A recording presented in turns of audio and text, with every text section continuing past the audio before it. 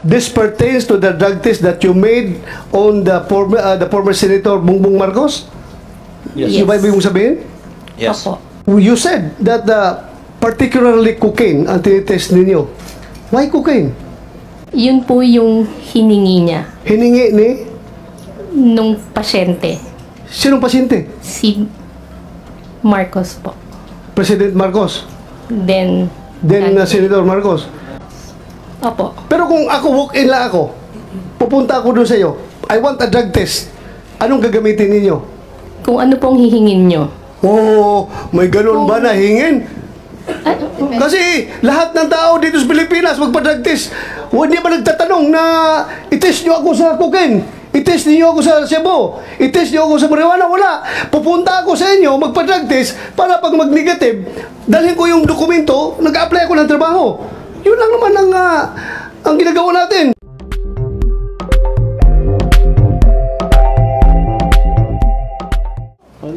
Pwede natin unahin yung St. Luke's, baka habang hinihintay natin yung ating witness. Yes, unahin natin yung St. Luke's. What about St. Luke's? Anong tanong natin dito? Ha? Tungkol dun sa Drug time, test na? time ano? Yung 2 minutes na drug test. Yes. Sino nagsabi ng 2 minutes? Ikaw yun, Morales. Oh, St. Luke's. Your Honor, yun yung nakalagay doon sa sa report doon. Yes, nabasa ko. Thank you. St. Luke's. Maybe Doktora, no? yes, sir. You were the one who signed this? Yes, sir. Can Digital. you just explain before the committee ano raw yung kino-complain lang yung 2 minutes lapse or 2 whatever? minutes and 54 seconds. Yeah, before you answer the question, please introduce yourself para malaman namin yung qualifications mo, ma'am. Good Please go ahead. morning po. I am Dr. Maria Cecilia Lim. I am the laboratory head of the drug testing. Before that, Doctor, I'm sorry to interrupt, Mr. Chair. Can we have our surprise witness be seated here? And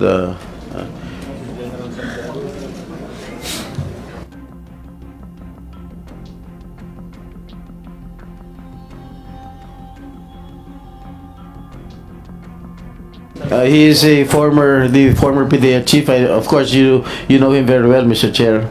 Yes, in fact, another former PDEA chair here, PDEA Director General, General Kakdak, may former senior officer in the PNP. Kahit na may sakit siya, pumunta siya dito. Inoperahan siya sa likod, pumunta siya dito. So, thank you, sir, for coming over. Thank you. You did not let me down. Thank you, sir, for the invitation. And also, my upperclassman, the former officer of the PNP, General Pilisardo Serapio. Sir, thank you. Again, you didn't let your underclassman down. Thank you for coming over. Salamat, sir. Chairman, Mr. Point Yes. of order, Mr. Chairman. Huh? Point of order. Yes, go ahead. Where do we start? With the surprise or... St. Luke's muna. St. Luke's muna. Please continue, ma'am. At saka yung... sige. Go ahead. Continue. St. Luke's. So, head po ako ng drug testing laboratory ng St. Luke's Medical Center, Global City. So, yung 2 minutes and 54 seconds po, kaya po talaga ng drug testing kit. Mabilis pong lumabas yung resulta. Yung mga sinasabi po nilang 5 minutes, yun po yung maximum time na i-allow namin na lumabas yung line ng drug test. Pag lumabas po yung linya, hindi na humawawala yun, negative na kayo. Pero yung naghihintay kayo na mag-a-appear yung linya, hanggang 5 minutes po yung maximum. So we can get, 40 to 50 seconds, may resulta na po. 40 to 50 seconds, may resulta na. So yung doubt nila na 2 minutes so fast is not improbable and is not impossible. Correct, sir. Correct? Yes, sir. Okay, we May have the linya ba answer. lumabas, Doktora?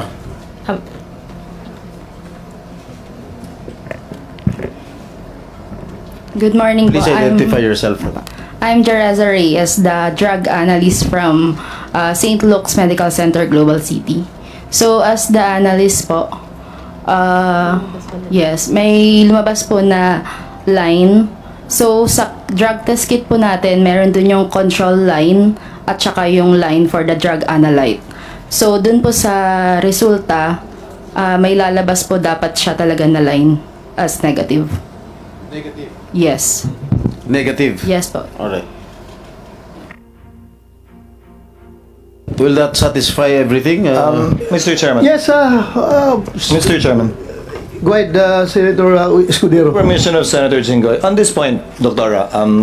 Fernandez, and to Ms. Reyes, yung 2 minutes and 54, 57? 54. Ito yung oras na lumipas mula nung inilagay yung sample dun sa makina hanggang lumabas yung resulta. Tama po ba? Sir, hindi po makina. Ito po ay drug test kit na para pong pregnancy test kit or So, parang para ginaganon yung ganon? COVID. Hindi naman po. Ida-drop mo lang yung urine sa one end, tapos hihintayin mo na lang siya. So, wala hindi, po ito, makina. hindi ito yung kabuuang proseso ng kinuha yung urine na 2 minutes lang. Yung transaction time po is the specimen collection. So, pag abot po nung sample, tapos gagawin na niya. At yung rule ng DOH, hindi pwedeng lumampas ng, Wala pong rule ng DOH. hindi pwedeng mas mabilis kesa, ano yung 5 minutong binabanggit niyo po kanina? Yung drug test kit po na ginagamit namin, hanggang 5 minutes po, pwede niyong basahin. Now, I remember the press con of then Executive Secretary, no, he was not yet Executive Secretary at that time, he was about to be, Vic Rodriguez. Sabi niya, tinest daw po sa lahat ng uri ng droga. Ano-ano pong klase ng droga tinest o lahat po ba kasama? Kanino po? Kay Yung test po na ginawa ninyo, cocaine lang po ang pinagawa. cocaine lang po ang pinagawa. Opo, Hindi po kasama ang iba. hindi po. Yung resultang yun po ba isinapubliko? Ano? Ano daw? I saw it on GMA, read it on in the papers. The results of the drug test.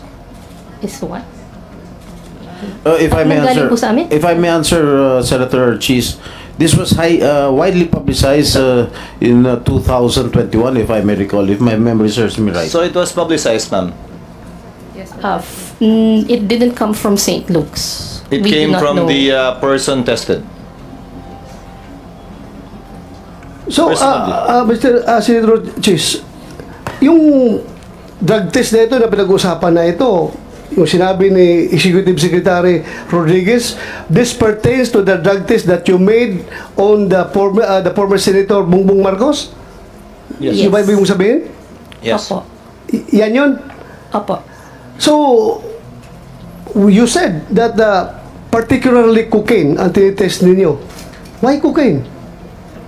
Yun po yung hiningi niya Hiningi ni nung pasyente. sinong pasyente? Si Marcos po. President Marcos. Then Senator Marcos. Yun ang gusto niyang hingin about cocaine. yun po lang ang So, hiningi niya. your laboratory is capable of tracing cocaine residues dun sa ihi ng pasyente. Yes po. So, iba yung ginagamit nyo sa cocaine, iba yung ginagamit nyo sa Cebu. Iba rin Iba po. gagamitin ninyo sa marijuana. Am I correct? Opo. Pero kung ako, walk-in lang ako, pupunta ako doon sa iyo, I want a drug test. Anong gagamitin ninyo? Kung ano pong hihingin nyo. Oh, may ganun ba na hingin?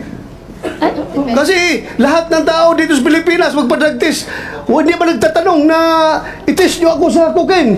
I-test niyo ako sa Cebu? I-test niyo ako sa marijuana? Wala. Pupunta ako sa inyo, magpa-drug test para pag mag-negative, dalhin ko yung dokumento, nag-apply ako ng trabaho. Yun lang naman ang ginagawa natin. Hindi naman kami nagre-request sa inyo ng i-test niyo ako sa cocaine. I-test niyo ako sa Cebu. I-test niyo ako sa marijuana. Hindi pupunta ako sa inyo. Please, conduct drug test. Oh, negative. Salamat. Dahil ko ito sa in-applyan ko ng trabaho. Oh, wala ako negative ako. Bakit? And possess firearms. Meron din pong required random testing for secondary and collegiate level student. Random testing Ang tinatanong ko po yung nag-a-apply para sa permit to carry firearms. Yes, kailangan po yun. Kailangan po Lahat po ba ng droga tinetest? shabu and marijuana po ang Oh, edi pag nagko-cocaine ako, apply ako ng lisensya, pwede. maring makalusot po kasi po yun po yung yun po yung Not to emphasize to the chairman's point, See that? So, for license to carry firearm outside of residence, ang tinetest lang po ng PNP ay shabu at marijuana? Yan po yung predominant. Yes or no, sir? Meaning, apparently there are different tests. Yes or no, sir? Recording in yes, Your Honor. progress. Number 2, drug test for driver's license. Ano lang po yung tinetest? Ganun din po. Your Honor, shabu lang. shabu and marijuana, for marijuana. And marijuana. So yan po yung nire-require ng gobyerno sa mga pagkakataong nire-require ang drug test? Yan, kasi po yan, iba-iba pong reagent na ginagamit dyan eh. At itong shabu and marijuana being the predominant drugs na ginagamit natin, yan po yung marami na tayong reagents. Sir, saan po nakasulat yan? Na shabu and marijuana lang ang test natin? Wala naman po, pero yan po yung practice na ginagamit natin. No, on the part of PIDEA and especially on the part of the Dangerous Drugs Board, you are the part, especially the DDB, which is policy making. I think this fell into the cracks. Sino nagde-determine yung bumibili ng testing kits? Where is the policy coming from? Bakit sino nag-decide at nagsabing marijuana lamang at shabu? Meron pong dalawang test na ginagawa eh, yung screening and yung confirmatory. Pag nag-positive po yung sa first screening, ito po yung isa subject for confirmatory at Sir, dito po malalaman. Sir, I agree, sir, but my question is, where is it written na pag drug test required by government, whether for driver's license or for permit to carry firearm outside of residence, you only test for these two prohibited drugs? San po nakasulat yon? Sino nagbaba ng polisiyang yon? Sino nagdesisyon po nun? O nagkataon lang? Nakasanayan lang? Wala pong ganung policy. Ganun lang, yan lang po yung ginagawa siguro po dahil sa additional expenses kung gagamit pa ng reagent. Pero yun nga po, dun sa secondary testing po, dun sa confirmatory testing, dito po malalaman kung anong drugs yung na-detect dun sa initial screening. Perhaps there is another gap the good chairman of the committee can look into, Mr. Chairman. Why is it that it's only only the tests for shabu and marijuana is being used? Because clearly shabu and marijuana would be called the poor man's addictive drug, while cocaine would be the richer man's addictive drug. So, kahit pala sa testing, pinapaboran yung mayaman kumpara sa mahirap. Di ba dapat kung nagtitest tayo, gaya ng sinabi ni Senator Bato, lahat na. But the point I'm driving at, Mr. Chairman, is kung ang gobyerno namimili ng kung anong droga ang itetest, lalo naman siguro kung yung individual na magpapatest, kung anong babayaran niya.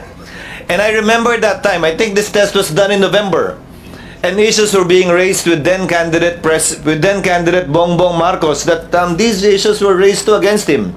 That allegedly he was a cocaine user, and that's why at that time they conducted these tests to answer in light of the political perhaps weather at that time, the issues being raised against him. Although there is no legal requirement for a candidate to do a drug test, that was attempted at some point in time in our history to require a drug test, but the Supreme Court unfortunately struck it down as an additional requirement for elective office, which is not allowed under the Constitution. Unfortunately, sana nga ni-require yun, pero hindi. Sabi ng Korte Suprema, hindi pwede. Applying a higher... Politically, hindi yan makakalusot because that's unconstitutional. Just to set the record straight, because people are listening to us right now. Sabi ni Bato, kailangan daw ng ang committee niya is in aid of legislation. So we are waiting for legislation na pwede niya ma-come up after this hearing. So kung mag-propose tayo ng ganong legislation requiring candidates to undergo drug test, sigurado according to Senator Chis Escudero, that's unconstitutional. So hindi talaga makalusot yan dito. So please, you are listening right now, yan po ang explanation. But nothing prevents the chair and the committee from instructing the DDB from coming up with relevant policy as it is its job under the law. Yes. So far as the type of tests to be conducted whenever drug testing is required, as the case may be for the issuance of a driver's license or for the issuance of a permit to carry a firearm outside of residence or any other circumstance the executive branch may necessitate. Thank you, Pati Your yung Honor. random drug test, nag-random drug test tayo sa Senado. I'm also curious, Recording ano in yung progress. tinetest sa random drug test?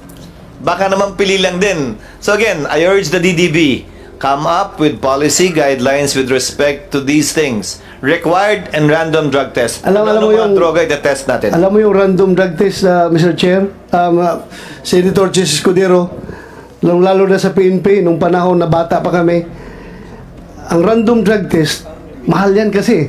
Nung panahon, magastos talaga yan. Magpa-drug test ka ng maraming tao. Ang ginagawa ng mga commander namin, pinipili lang yun. Random ko no ha. Pero pinipili yung mga mukhang adik na pulis. Ikaw. Mag-drug test ka.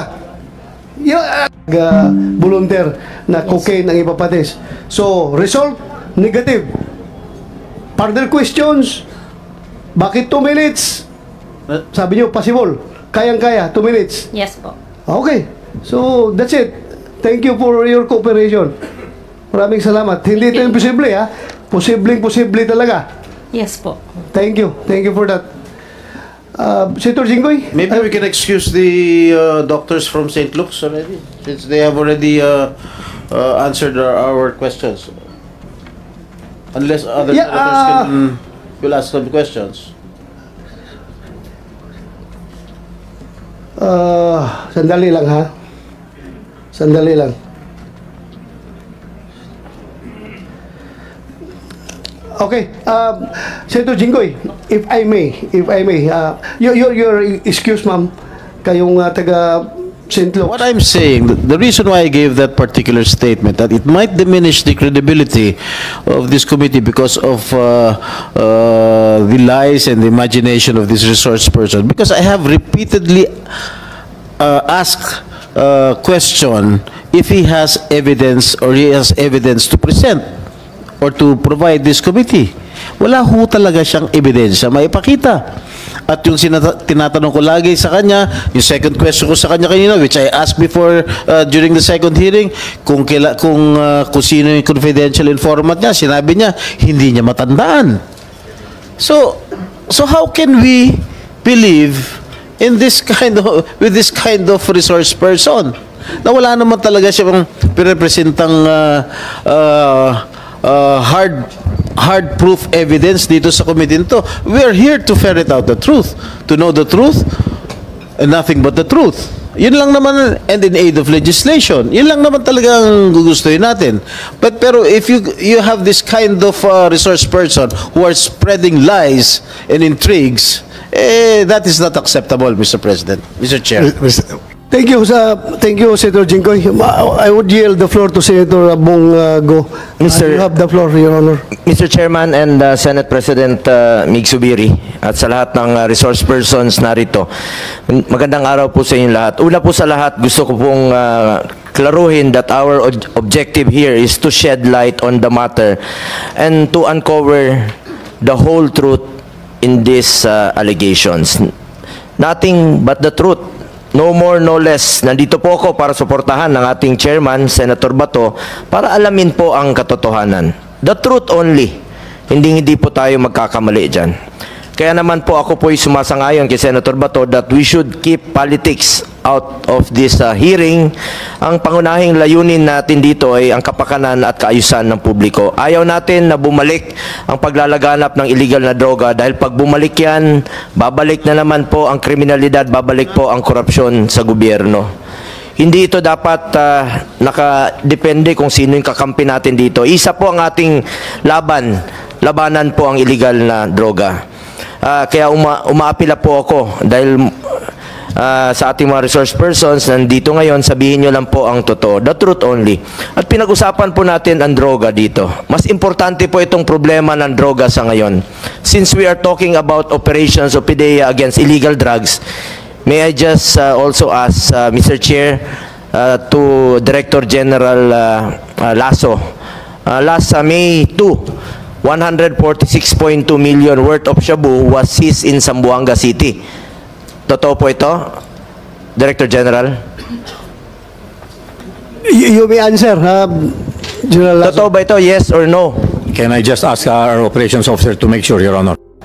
It is now being investigated by the regional director in coordination with the Philippine National Police. Ano bang nangyari, Mr. Chair? Your Honor, what I got is that they were able to open the roofing of the jail facility. Yun lang po. We were on our way here to attend the hearing when I was talking to our regional director, so I still don't have so much details about the incident, Your Honor. Yun po ang problema dito, Mr. Chair, no? Pag bumalik na naman po ang illegal na droga, babalik na naman ang kriminalidad, babalik na naman po ang korupsyon sa gobyerno. Habang pinag-uusapan natin dito, itong issue ng sa PIDEA, meron pang malaking problema ang ating PIDEA, nakatakas pa, nahuli na nakatakas pa. So, yun lang po, Mr. Chair. Magtulungan po dapat ang gobyerno para masugpo itong kinakatakutan nating illegal na droga, Mr. Chair. Thank you, Your Honor, Senator Bongo. Well, we have invited General Serapio. Nakiusap siya dahil flight niya pa uwi ng Davao this afternoon. Unahin ko munang tanongin si General Serapio para makaalis na.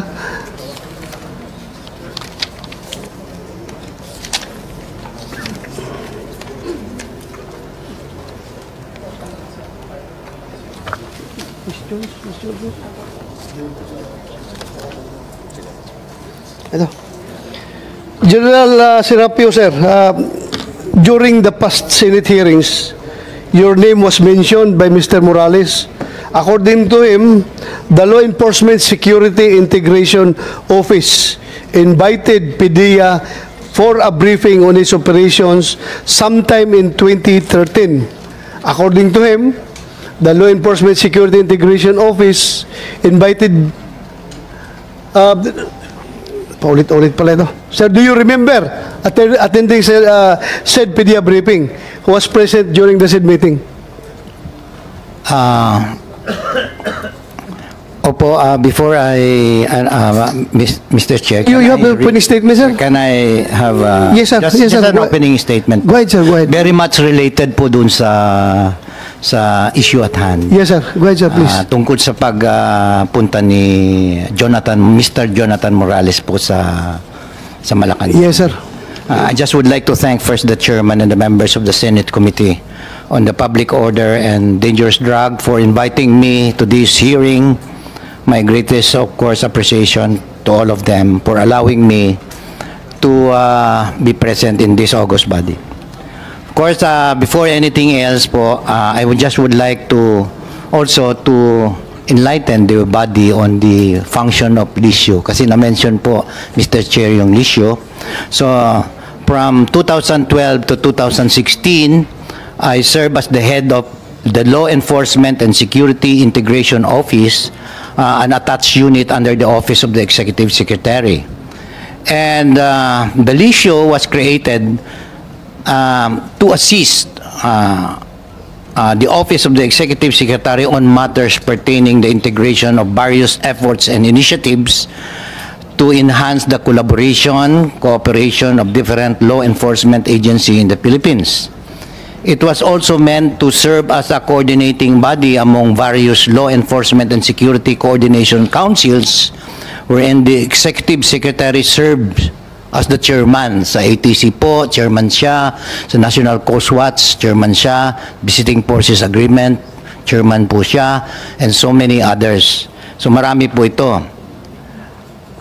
And of course, it was envisioned as a research and policy body designed to aid law enforcement and security units. In other words po, Mr. Chair.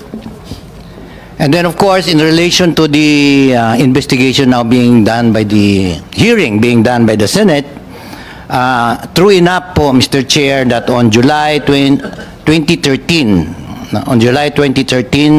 the LISIO, on my own initiative, I just would like to emphasize na 2012 po na create ang office, and 2013 may nangyari po. That's why the LISIO did not try to gather information about it. So LISIO in its own initiative extended an invitation to Mr. Jonathan Morales of the PIDEA. This is the reason why to shed light on the issues being raised by him before the various media outlets against the then leadership of the PIDEA. Yun po ang dahilan. Kasi naadala na po ang issue within PIDEA sa labas. And of course, being the office of the President is, of course, directly supervising the PIDEA and the office of the President. Kaya po, siguro po, Mr. Chair, katulad po ninyo, nagpa-snappy po ako noon. So, ang ginawa ko po ay nagpatawag po. Pinatawag ko yung mga actors dito. Oh, and I think one of the actors is here present also. Kaya, ano po. So, of course, ang intention ko po yun ay bigyan ng information ng ating executive secretary kasi baka matanong ng presidente, bago lang yung opisina ninyon. So, I wanted to gather information. This is more of a clarification lang po. In fact, I don't know if I can still remember it. It was never an investigation or even as someone. It was an invitation lang para makuha po namin yung mga ano na yon, mga impormasyon. And of course, it may be well pointed out also that a separate investigation the next day po was also extended to the head of the PIDEA to appear and also to shed light and clarify allegation being aired in the media outlets. So the information gathered is supposed to be relayed sa Executive Secretary for the purpose that I have stated and for his guidance and information. And if possible, come up, no? Kasi mukhang research ang ano yung aming opisina, come up with a policy recommendation again for the consideration of the Executive Secretary. Napakarami pong law enforcement at security. And in fact, during that time, I was even recommending to the Executive Secretary not to have a deputy Executive Secretary purposely to oversee the different councils. Pero for the meantime, yung lesyo po ang gumagawa muna noon. With that, Mr. Chairman, yun po ang aking statement po tungkol doon sa meeting na yun. And that is the only intention of that meeting po. Thank you po. Yes, sir. Thank you. And again, this is just to confirm yung statement to Morales na during that meeting daw, binul out mo daw siya dahil sabi mo daw, hindi totoong drug lord yung nahuli nyo. Am I correct, Morales? Yes, Your Honor. Pinagalitan po ako doon, Your Honor. Na? Doon sa Malacanang. Hindi totoong drug lord. Opo, pinagalitan po ako. Hindi raw po totoong drug lord yan. Yung mga hinuhuli nyo, mga wala namang kasalanan yan. Well, sandali but this is not separate. This is separate from the case ng itong pre-ops na pinag-uusapan natin. Yes, Your Honor. Ibang kaso ito? Yes, sir. Yes, Your Honor. Yung ito po yung pinatawag po ako doon sa Malacanang. Kaya nga, lahat po nung ongoing at saka po yung hindi natuloy na operation po, yung po yung pinresent ko po noon kila General Serapio. Sir, you confirm that na siyang nandun? Yes po. In fact, we are three. Tatlo po kami. Sinong isa?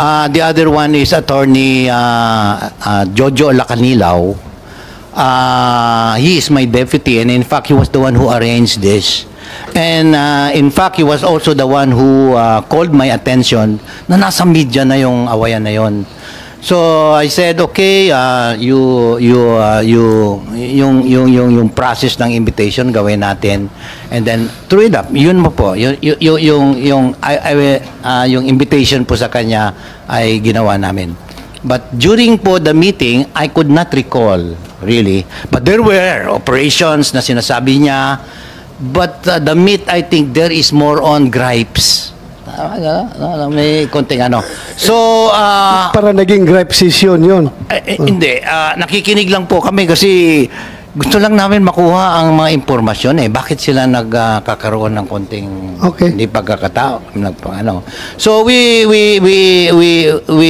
listen to him, and I could not anymore remember kung ano ba na-bowl out ba siya o not. But true enough, may mga sinasabi siyang mga operations niya or whatever there, no. But of course, maybe Attorney Lacanila who was there taking notes, and in fact he was the one who prepared the the report to the Executive Secretary is also here. Nandito Mr. siya? Chair. Opo.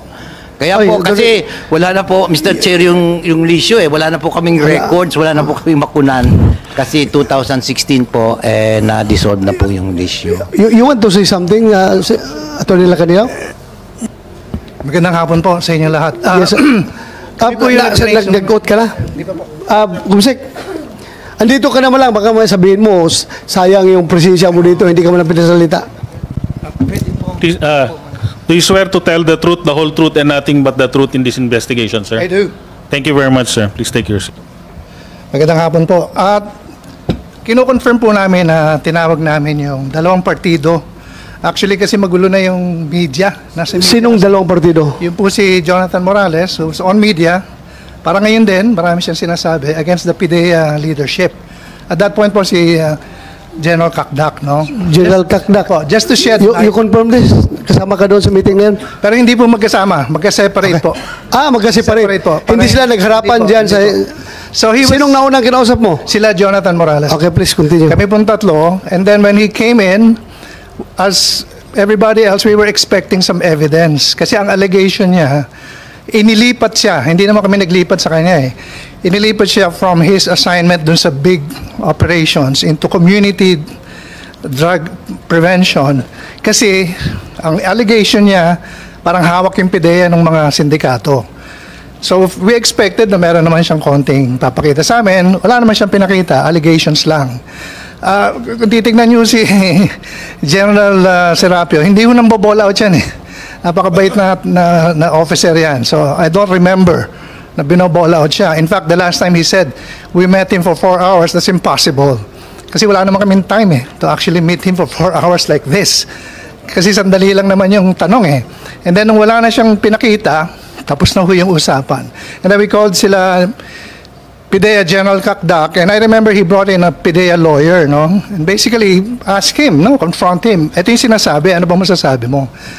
Wala rin ho talaga silang, siyempre, they cannot prove a negative, di ba? Kasi hindi naman totoo yung sinasabi niya. So, yun lang ho yung aming content ng usapan. And at some point, he explained nga, kung bakit nila, hindi ko alam kung siya yung nagtanggal o si General Gutierrez, tinanggal siya dun sa operation eh. Nilipat siya sa community. At basically, kaya siya tinanggal kasi meron siyang masamang ginawa, no? I don't want to get into it kasi hindi ko naman specifically alam. So that was very quick. Tapos na ho yun. And then si General Kakdak ho talaga yung nag-brief na sa amin ng mga bagay-bagay na ginagawa ng PIDEA. Yun, meeting na yun, mas matagal siguro yun kaysa dun sa sinasabi ni Mr. Morales kasi hindi naman kami nagtagal dun sa sinasabi niya kasi wala naman siyang pinakitang ebidensya.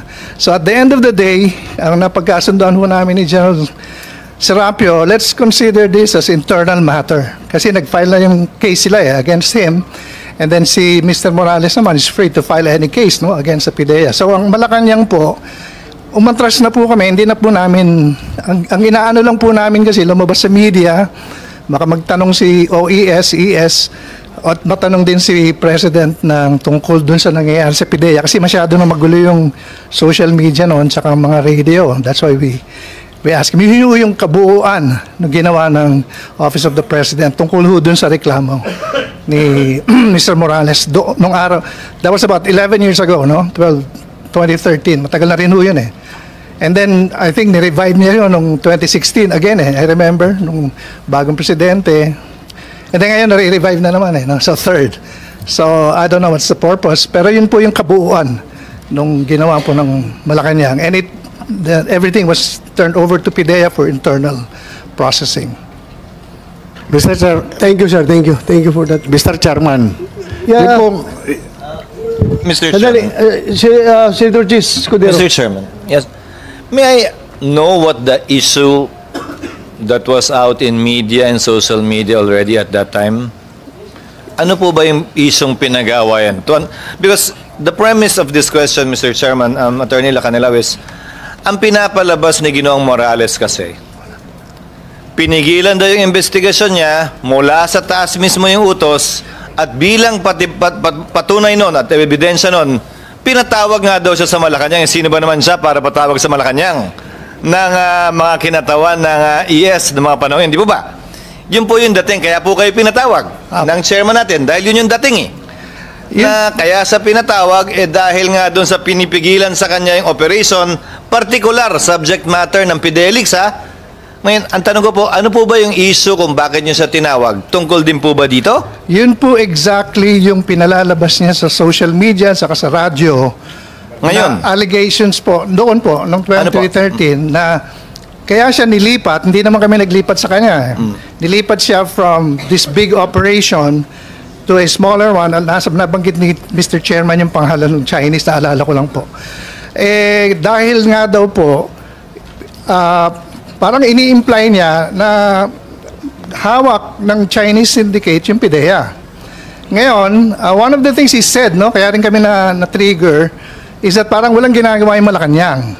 Ganun yung kwento magulo na ho sa social media nun, tsaka sa radyo. Hindi po, ang tanong ko po, alam niyo naman yung subject matter nung PIDEA, supposed PIDEA leak video Meron daw sesyon na nagaganap ng cocaine sa Rockwell. Yan po ba yung subject matter? Hindi po. O may kinalaman po ba sa subject matter na yan, yung pagpapatawag ninyo sa kanya? Yan po ba yung issue kung bakit nyo po siya pinatawag o hindi? Hindi po. It's about his mga reklamo niya na inilipat siya from a big operation to community operations, I think sa Payatas, at ini-imply niya na hawak ng sindikato yung PIDEA leadership, kaya ginawa yon. So yun ang lumalabas sa media.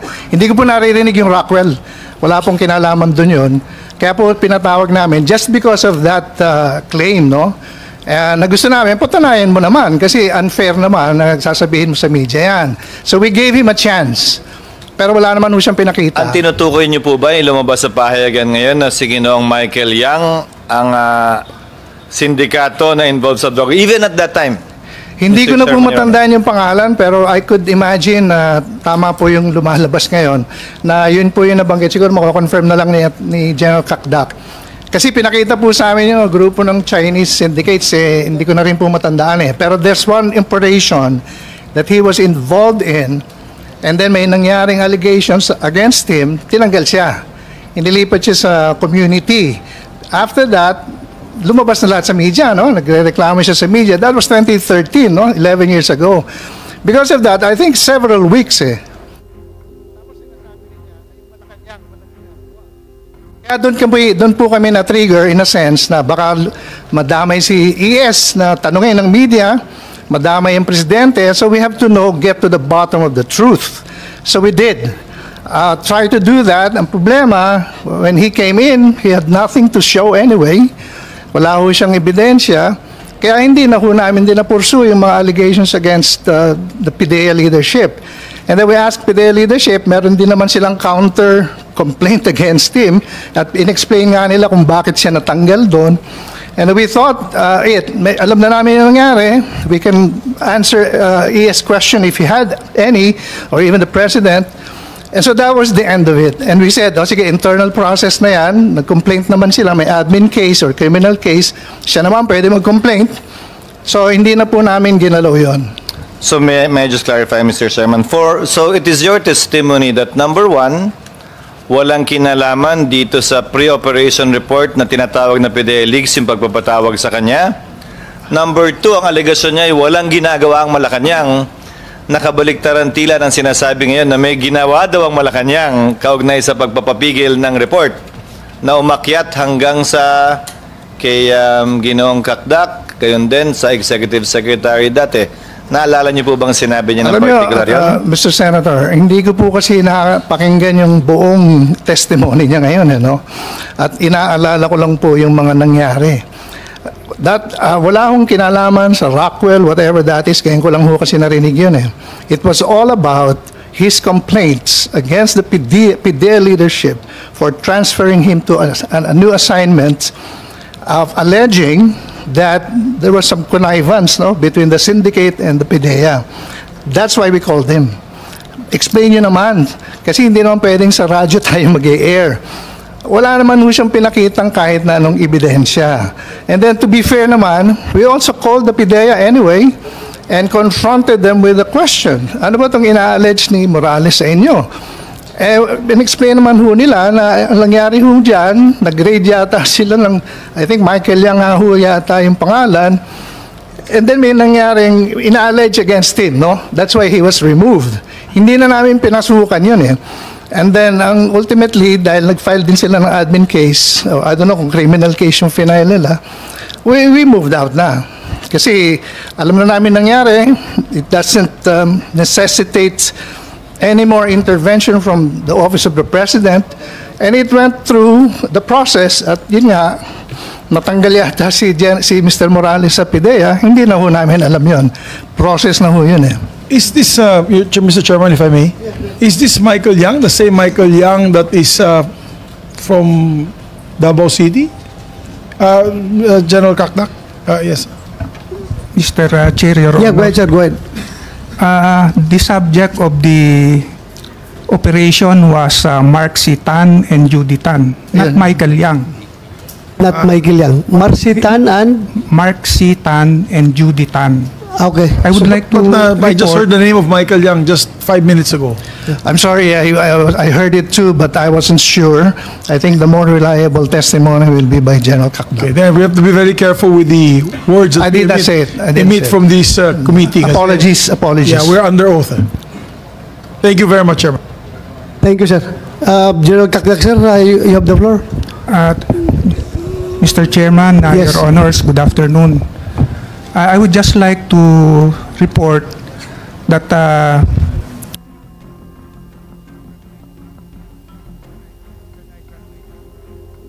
Pakikuan, sir, yung mic.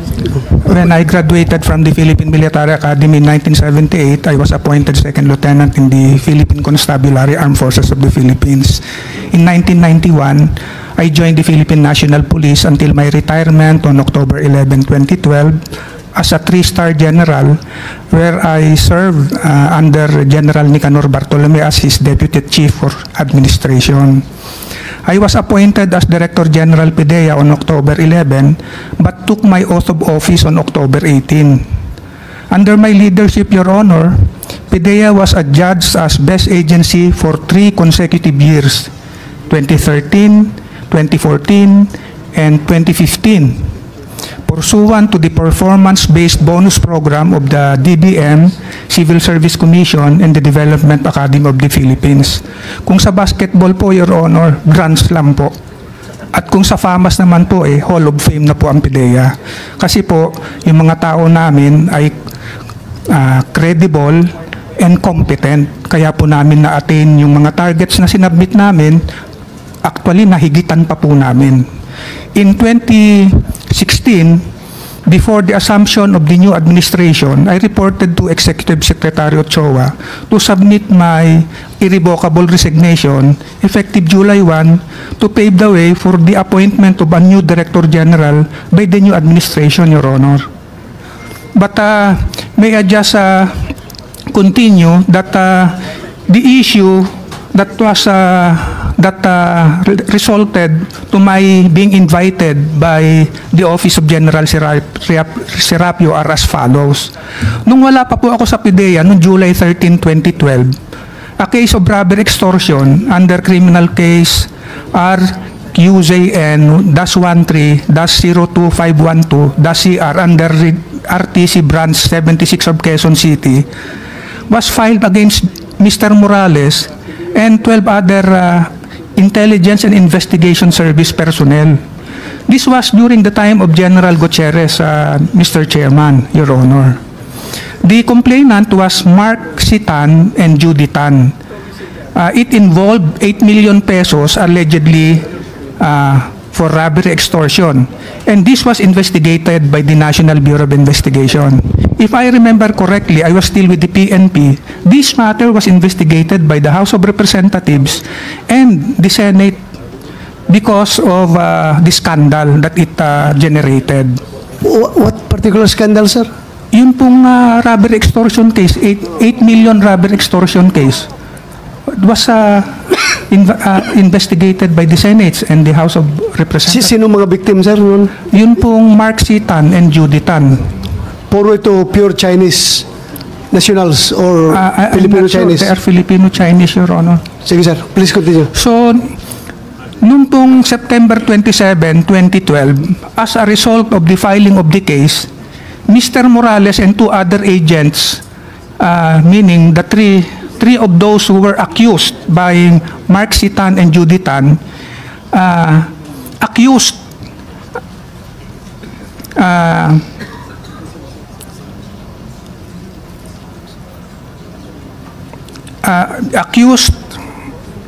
IIS personnel, may I make a correction, Your Honor? On September 27, 2012, Mr. Morales and the other accused IIS personnel were relieved from the IIS and placed admin holding office of the AHRS by Yusek Sani Gutierrez. Wala po akong kinalaman sa pagkakarelieve sa kanila dahil wala pa po ako. Nirelieve po sila siguro ni General Gutierrez kasi General Gutierrez is already in heaven. He will not be able to explain this anymore. I would like to presume na kaya sila inalis para po hindi maharas yung mga complainant, Your Honor. I know you, Mr. Chairman, you're also very strict. Baka kung kayo po yung Director General, pinatapon nyo sa Mindanao itong mga tao na to. Pero mabait po si Basilan, Tawi-Tawi, sir. Yes, sir. Kaya nga po mabait po si Yusek Gutierrez. I know him because he is very kind. He was my boss when he was R2 of Region 3. I was his deputy. And he was Assistant Provincial Director of Pampanga. I was Company Commander of 173rd PC Company. So, the move was made presumably to protect the complainants para hindi po sila maharas. So, nung October 2 po, Mr. Morales and 2 of the accused dito sa 8 million robbery extortion case issued an affidavit accusing, I will just name 2 kasi po they're also in heaven now. ASEC Carlos Gadapan and Director Tri Lindon P. Aspacio of irregularities and submitted same to the DOJ. Diniretso po nila sa DOJ, hindi lang po ako sigurado dahil wala akong nakitang transmittal letter. Hindi ko po alam kung dinaan nila sa Director General nila kasi po idiniretso po yung affidavit. Okay. Binanggit ko po si Director Aspacio kasi po may kinalaman po turon sa administrative case na kakaharapin niya eventually because of what he did. So, on October 18 na, Your Honor, Mr. Chair, I took my oath of office as Director General of PIDEA. October 18, 2012, Your Honor. 2012. Opo, Your Honor. Wait, sir, wait. So, nung December 17, 2012, nasa admin holding office po sila. Hindi po ako nagtanggal sa kanila, si Yusek Gutierrez. And I already mentioned the possible reason kasi SOP naman po yan sa AFP tsaka sa PNP. Pag meron na accused na tao ka, kailangan i-hold mo muna sila para hindi po maharas o masaktan yung pong mga nagrereklamo laban sa kanila. Nakita ko po na 4 na buwan na silang walang ginagawa na nasumusweldo. Nanghinayang po ako sa sweldo nila na tinatanggap. Hindi naman po sila nasuspinde. So, naisip ko po ibalik sila sa mainstream. Sayang naman po yung ginagastos ng gobyerno sa kanila. So, nag-coincide po ito sa observation ng isang popular broadcaster of ABS-CBN. When he said na paano mo makliklear ng droga ang Pilipinas kung dyan mismo sa barangay kung saan nakatayo ang PIDEA, may droga. Ganun po. So based on this statement, which is, I'm sure important, I considered important because it affects our credibility, Your Honor. Huli ka ng huli rin sa malayo, tapos dyan sa kapitbahay mo, may nagtutulak, hindi mo ginagalaw. Although, sa aking pagkakaintindi sa national strategy, the clearing of drug-affected barangays actually rests on the Anti-Drug Abuse Council, chaired by the mayor. Ang vice chairman po dyan, kadalasan yung chief of police. Dapat po sila yung nanghuhuli ng street level. Kasi po, ang PIDEA, ang mandato po namin, ang hanapin po yung supply ng droga. Number 1, Shabu Laboratory, smuggling sites, marijuana plantation sites. Kasi po, kung hindi namin maharang sa ibabaw yung droga, bababa po yan, mahirapan po yung mga law enforcement agencies natin sa ilalim. Kaya nga po, wala pang 2,000 yung tao ng PIDEA Kasi nga po, high value targets dapat, tsaka high impact operations lang ang gaganap. Alam ko po yun. Pero importante rin po na maipakita natin sa tao dahil po sa observation ng media na dapat ko ring i-consider. Kasi citizen din po sila at siguro yun po yung naririnig nila sa mga tao. Nagtayo po ako ng Task Force Pinyahan under the Regional Office of the National Capital Region. So yung pong mga na-floating na galing sa IIS, nilagay ko po doon with specific instruction na i-clear nyo yung barangay Pinyahan. Kasama doon si Morales. Kasama po doon si Mr. Morales, Your Honor. So, wala naman pong nagrereklamo. Kasi sa totoo lang, from floating, babalik mo sa mainstream, dapat matuwa na sila eh. Wala naman po nagrereklamo. So tahimik po. Meron po silang 4 na pusher na nahuli. Meron pong 4 na dinala sa rehab. So tuloy-tuloy po kasi medyo mahaba po yung listahan ng target personality sa barangay na yon. Kaya lang po, meron pong nangyari. Ito na po. Meron pong report yung Legal and Prosecution Service ko noong December 26, 2012 na sinabi, ni-report po sa akin through a memo dated December 26, 2012 na si Agent Morales turned witness for the accused and testified that there was no actual buy-bust operation by PIDEA agents against Albert Chua and Wen Miao. Mr. Morales further said that the contents of his affidavit were false because the evidence were fabricated and the evidence planted. This is in connection with the criminal case 16939 of the Regional Trial Court, Branch 43, San Fernando, Pampanga, for violation of Section 5, Article 2, and Article 26 of the Revised Penal Code, RA 9165, Your Honor. Sir, klaruhin ko. I beg your pardon. Klaruhin ko, ibig sabihin from arresting officer, completely nag-turn around siya, 180 degrees. Mr. Against his operation? Yes, Your Honor. Kaya ako po yung namangha eh. Ang tagal ko po sa serbisyo, noon lang ako nakaranas ng ganun. Samantalang yung mga ahente po natin na hindi nag-a-appear sa korte at nadidismiss ang kaso, kinakasuhan na po namin kaagad. Kasi po may mga case monitor po kami sa bawat drug court. Ito po ay inumpisa nung panahon ni General Junicio. Sir, pause muna tayo sandali. Opo. Morales, kindly respond to that. Mr. Chairman, totoo po yung sinasabi ni Gerald Kakdak. Ganito po yun. Yung nabanggit niya kanina na nag-file kami ng kaso sa PIDEA IAS together with 2 other agents. Sinabi po namin yung irregularities na nangyayari doon sa PIDEA. Sandali lang. Yung kaso na sinabi niya na kayo ang arresting officer pagkatapos nag-execute ka ng affidavit in favor of the arrested persons na sinabi mo daw na fabricated lang yung evidence. Yes, Your Honor. Yes, Your Honor. Dahil kayo nahuli nun. Tapos, ganito yun, sir. Yes. Yung operation na yun, hindi talaga anti-drugs operation yun. Kaya ito yung subject nung complaint namin dun sa PIDEA IAS.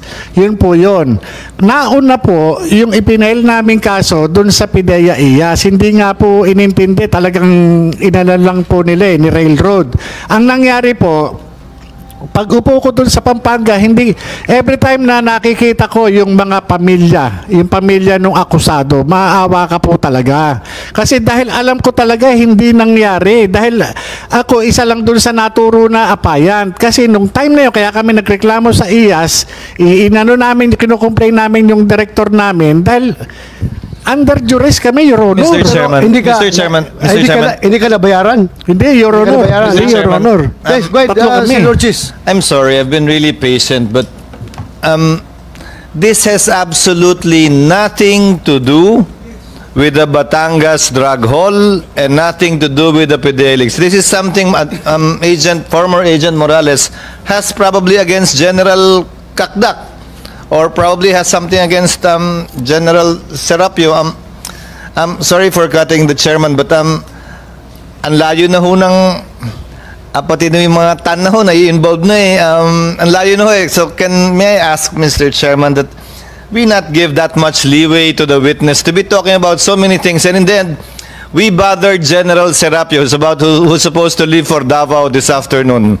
We bothered, even if he was not invited, Attorney Lacanilao, we bothered General Kakdak simply because he was mentioned in making it appear, it seems that it was all a conspiracy to silence him. But listening to these honorable gentlemen and officers and gentlemen, Mr. Chairman, so may I ask that we try to not go into everything Mr. Morales is saying each time he mentions a name. This has nothing to do with the subject matter at hand. And this has nothing to do, Mr. Chairman, as well, with what we are trying to find out in this hearing. Medyo masyado na lang muna. Yes, noted Senator Jesus Escudero. Noted, but pinakinggan ko lang si General Kakdak and sayang rin yung statement niya kung hindi ko pakinggan, but anyway, noted po yung observation mo. Mr. Chairman, Yes, Your Honor. please continue. May I just be allowed to continue para po dumugtong doon sa statement po ng office ni General Serapio. Please, sige sir, continue. Dahil po sa kanyang pag-retract ng kanyang statement at pag-amin na tinanim lang yung ebidensya laban sa dalawang Chinese nationals in San Fernando City, Pampanga in McDonald. When it was reported to me, Your Honor, ini-refer ko lang po sa sa Internal Affairs Service. Normal naman po yan pag may mga ganyang sumbong. Hindi yung Internal Affairs Service po ang magde-determine ng facts. Hindi ko naman po sila pinatawag para pagalitan Hindi ko nga po alam kung bakit laging nababanggit na pinag-initan siya. Nanggagaling naman po sa kanya lahat yung mga pangyayari. Ginagampanan lang po natin yung trabaho natin. So, ang nangyari po, Your Honor, nagkaroon po ng investigasyon under the Internal Affairs Service. At after the investigation po, Mr. Morales was formally charged and was required to submit his answer thereto. This was more or less July po of 2013, Your Honor. So, ito po yung naging basihan niya siguro, hindi ko naman po alam. Pumunta po siya sa ABS-CBN for 3 consecutive nights. I was accused by Mr. Morales na ako daw po ay hindi nanguhuli ng Chinese drug syndicates, na siguro po ako daw ay duwag. Mga ganun po, medyo foul. Birang Director General po, hindi ko po pinatulan. Kasi nga po meron pong kaso na didesisyonan ko Baka makapagsalita po ako ng mali, ipa-inhibit niya ako. So, ang ginawa ko po, dahil i-explain ko lang po. Yung pong mga sinasabi niya na tina-target nila nung nandun sila sa Intelligence and Investigation Service, pinatanong ko po sa regional director niya dahil nasa NCR na po siya. Jack, tanungin mo nga kung ano yung grupo na sinasabi ni Morales. Baka meron tayong nakaligtaan. Ayaw pong ibigay, Your Honor. Hanggat po nung ako na po ay na-accuse sa TV, sinabihan ko si Jack, isyuhan mo ng memo. Tanungin mo kung ano yung grupo na sinasabi niya. Kasi naman, meron po tayong listahan Hindi naman po pwedeng sabay-sabay trabahuhin yan. Kung sino po yung may access sa information, sa intelligence, yun po yung umuusad Pagka hindi naman po kayang sabay-sabayan ng PIDEA 2,000 lang po yung tao namin compared to the PNP na 110,000 during that time. Kami po wala pang 2,000. So, nagtuloy-tuloy po yan.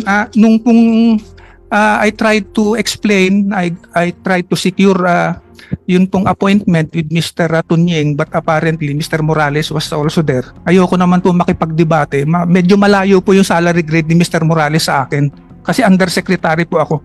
Nahihiya po akong pumatol makipagdebate sa salary grade na ganun, without meaning offense, Mr. Chairman. I hope you understand me. So, pumunta po ako doon sa programa sa Channel 7. Doon po ako nag-explain. Eventually po, pinatawag din po ako ng office ni General Serapio because of the accusations, unfounded accusations of Mr. Morales. So, pumunta pa rin po ako roon. Kaya nga po nung ako'y umattend nung ako po ay pumunta doon, meron po akong mga dala ng mga ginagawa na namin Mr. Chairman, I would just like to explain. Nung dumating po ako sa PIDEA, wipe out po yung Intelligence and Investigation Service. Kasi sila po yung involved doon sa, allegedly involved doon sa 8 million robbery extortion.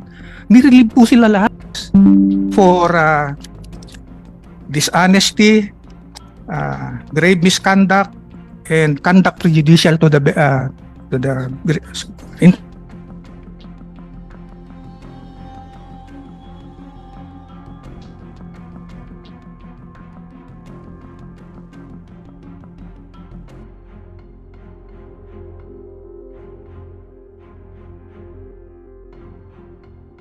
mo yung mga Shabu laboratory, i-identify mo kung nasan yung mga Shabu landing sites at saka yung marijuana plantation para ma-hit mo yung sources of drugs. Medyo very challenging po yung pong marching orders ng presidente sa akin.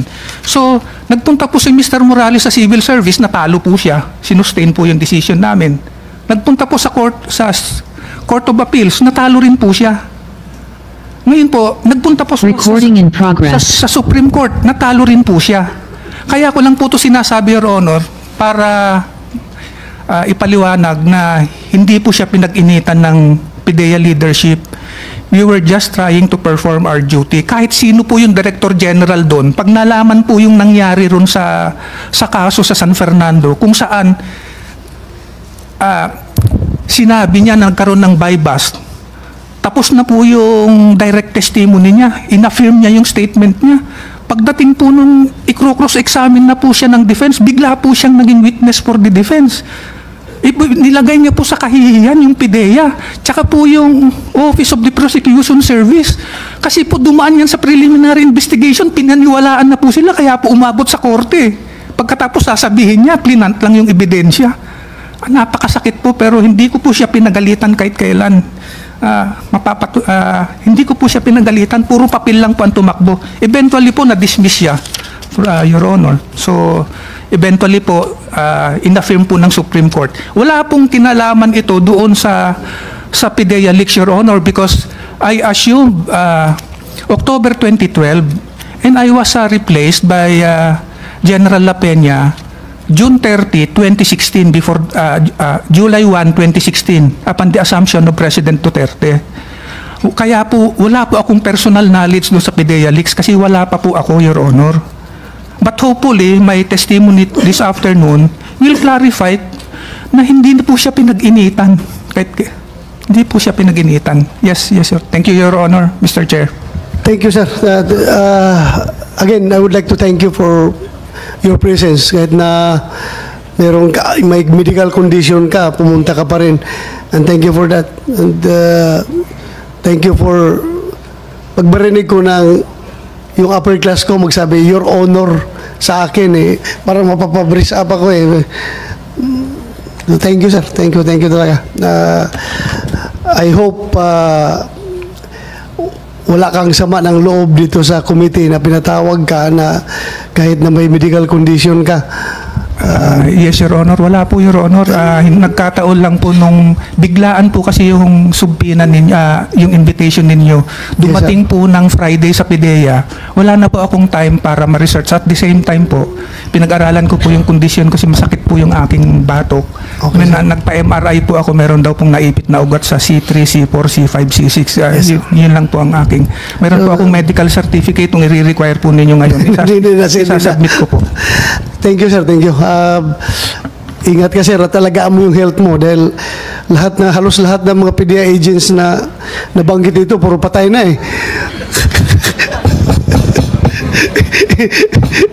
At least, sir, ikaw, sir, buhay na buhay. Buhay na buhay. Thank you, sir. Thank you for that. Maraming salamat, sir.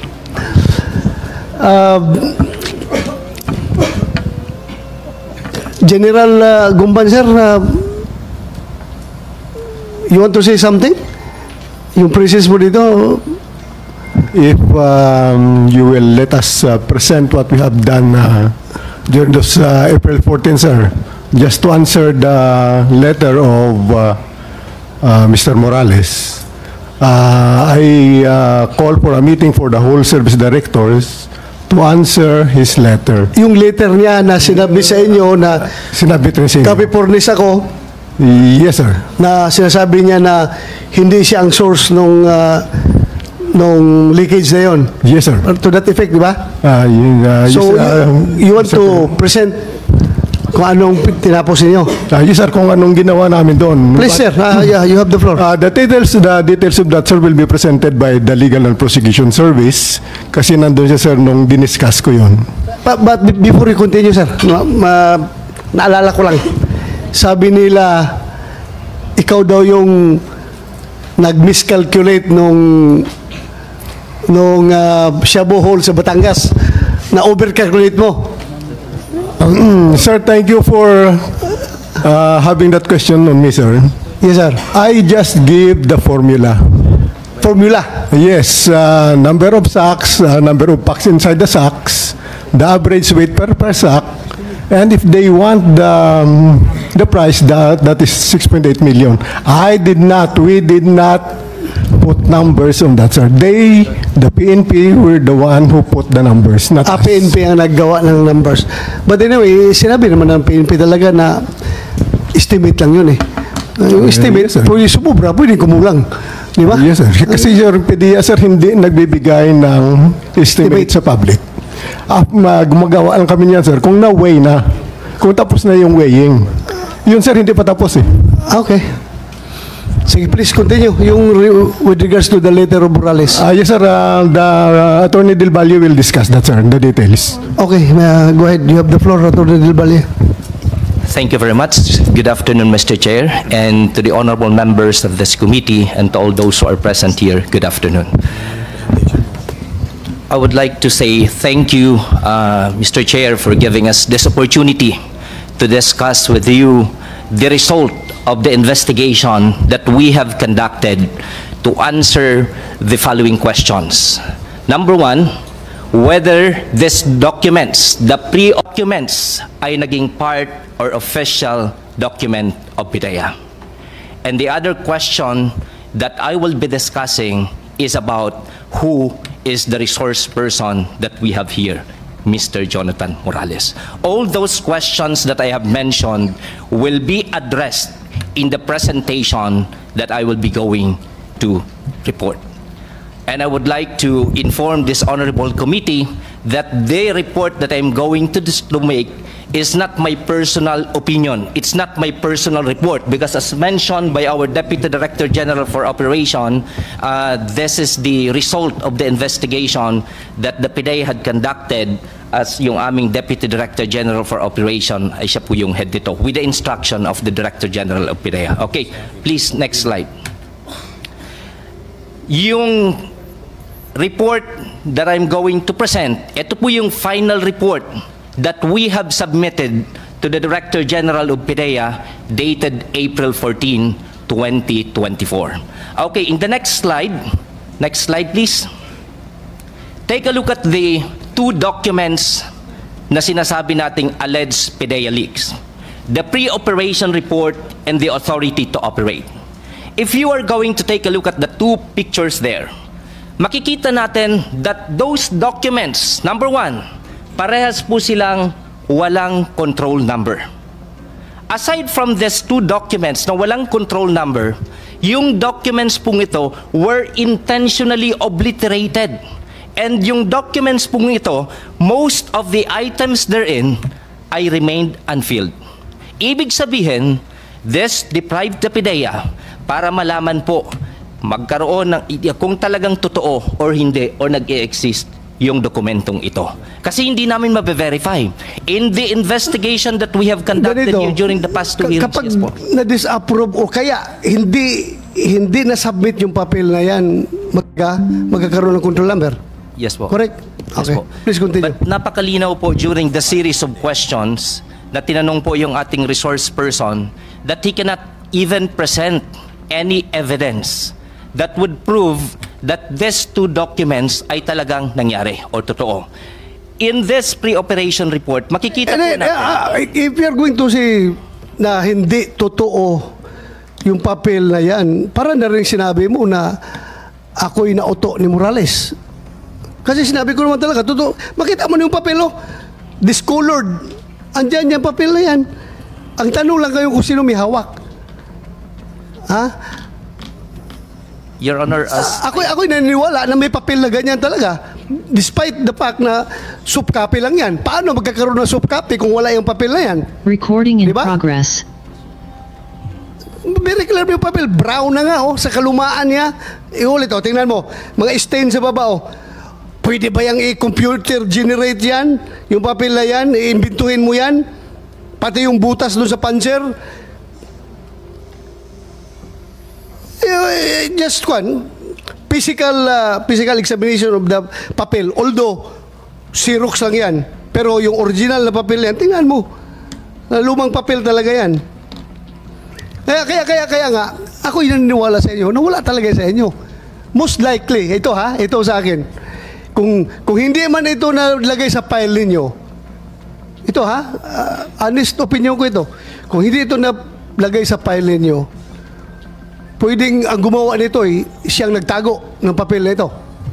posible Ako, to be honest, I am not destroying you, Morales. Ako, isa rin sa iniisip ko na pwedeng ikaw gumawa nito, hindi mo na-submit, baka nasa iyo yung papel na yan. Pero, sige lang, I am giving you the benefit of the doubt. Pero pag sinabi ninyo, ikaw, attorney,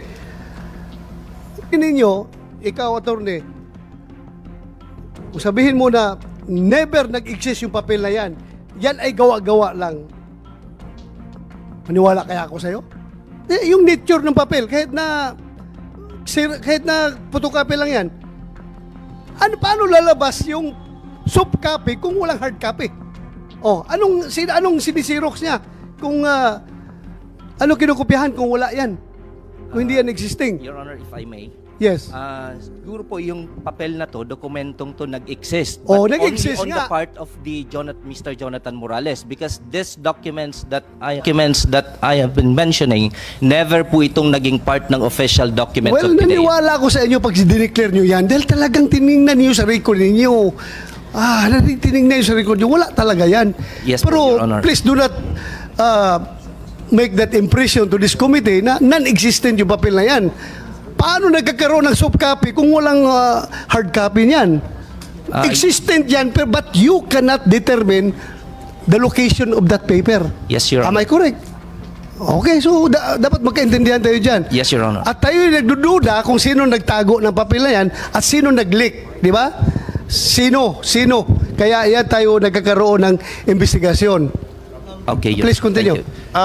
Mr. Chairman, if I may, if an agent prepares a pre-op report, theoretically, and does not submit it, dahil nagdalawang isip siya, natakot siya, kung ano man ang motibo niya, o nabayaran siya, kung ano man ang motibo niya, he did not submit it, as you testified, wala sa records niyo.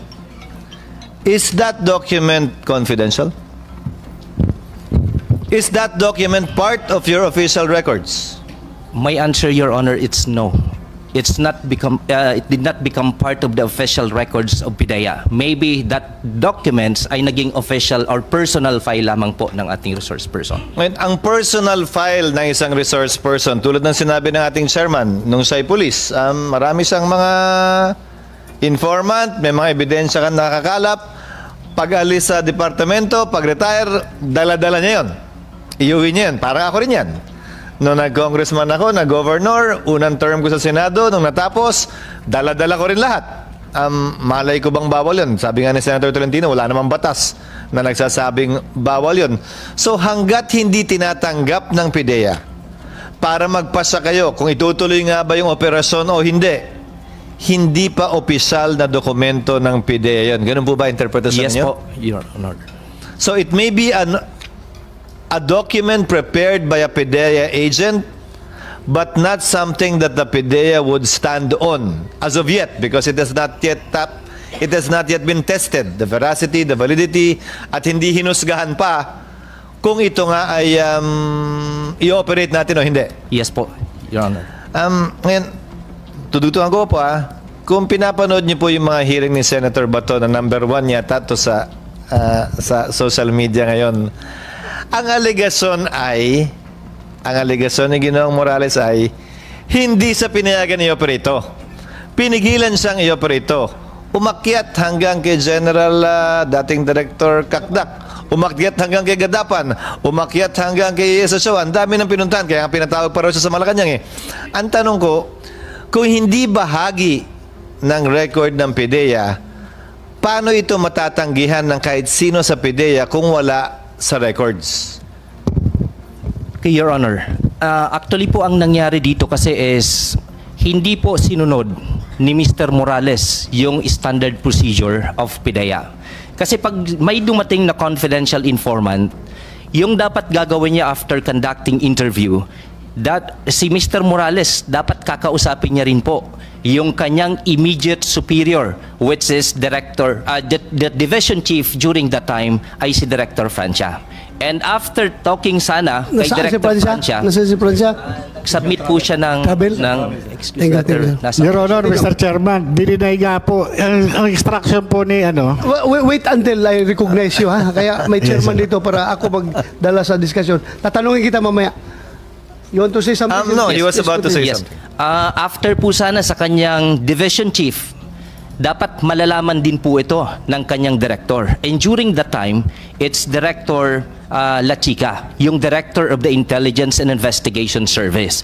Nagtataka po kami kung bakit even yung kanyang division chief, si Director Francia, even yung kanyang Director in the Intelligence and Investigation Service, si Director La Chica, hindi man lang na-inform. In fact, wala silang kaalam-alam sa nangyaring ito. Dumirekta daw siya kay Deputy Director General for Operation, si then Sir Gadapan. Hindi po yun yung normal procedure. In fact, the Deputy Director General for Operation, hindi na po kailangan yung approval niya. In preparing this particular documents na dalawang yan, hindi po kailangan yung approval ng DDGO. Ang mangyayari po, dun lang sa level nila, dapat naayos doon, and after that, kung after validation, okay, so dapat dun pa lang sila kukuha. Magre-report sa Plans and Operation Service para po makakuha ng Authority to Operate and Pre-Operation Report. So at yung binabanggit ninyong Deputy Director Gadapan, nagkataong pumanaw na? Yes po. Pero so far, yung mga buhay pa, hindi pinapatotoo? Yes po.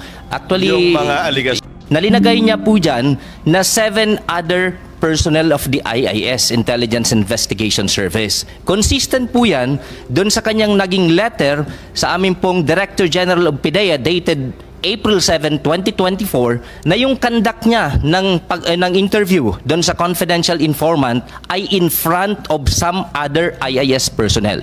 So ano pong ginawa ni PIDEA para po malaman kung totoo o hindi?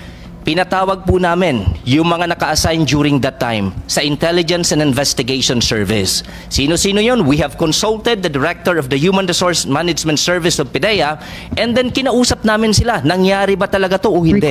Ang sabi po nila, wala po silang kaalam-alam, wala po silang natatandaan based on their personal recollection na may nangyari pong confidential informant na nag-report stating therein na yung subject po na nandito sa ating pre-operation report and the authority to operate ay naging po.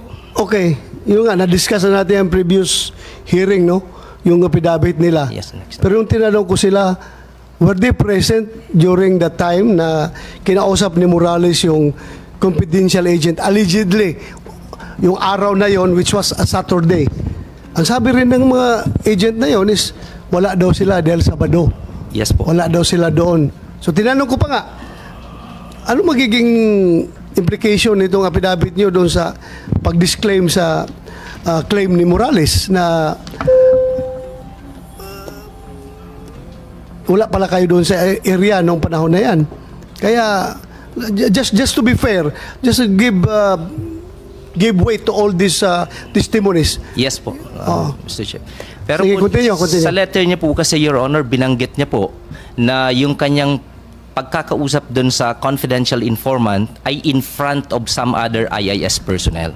That's why, ang ginawa ni PIDEA... yung nga problema, hindi nga niya masabi kung sino yung mga tao yes na yun. Po. Ma-recall mo, Morales, sino yung mga kasama mo doon? Your Honor, nandun po doon sa deposition, nandun po kung sino-sino yung nandun present. Hindi mo bigay ang pangalan. Wala mo, hindi ka malala. Harap mo.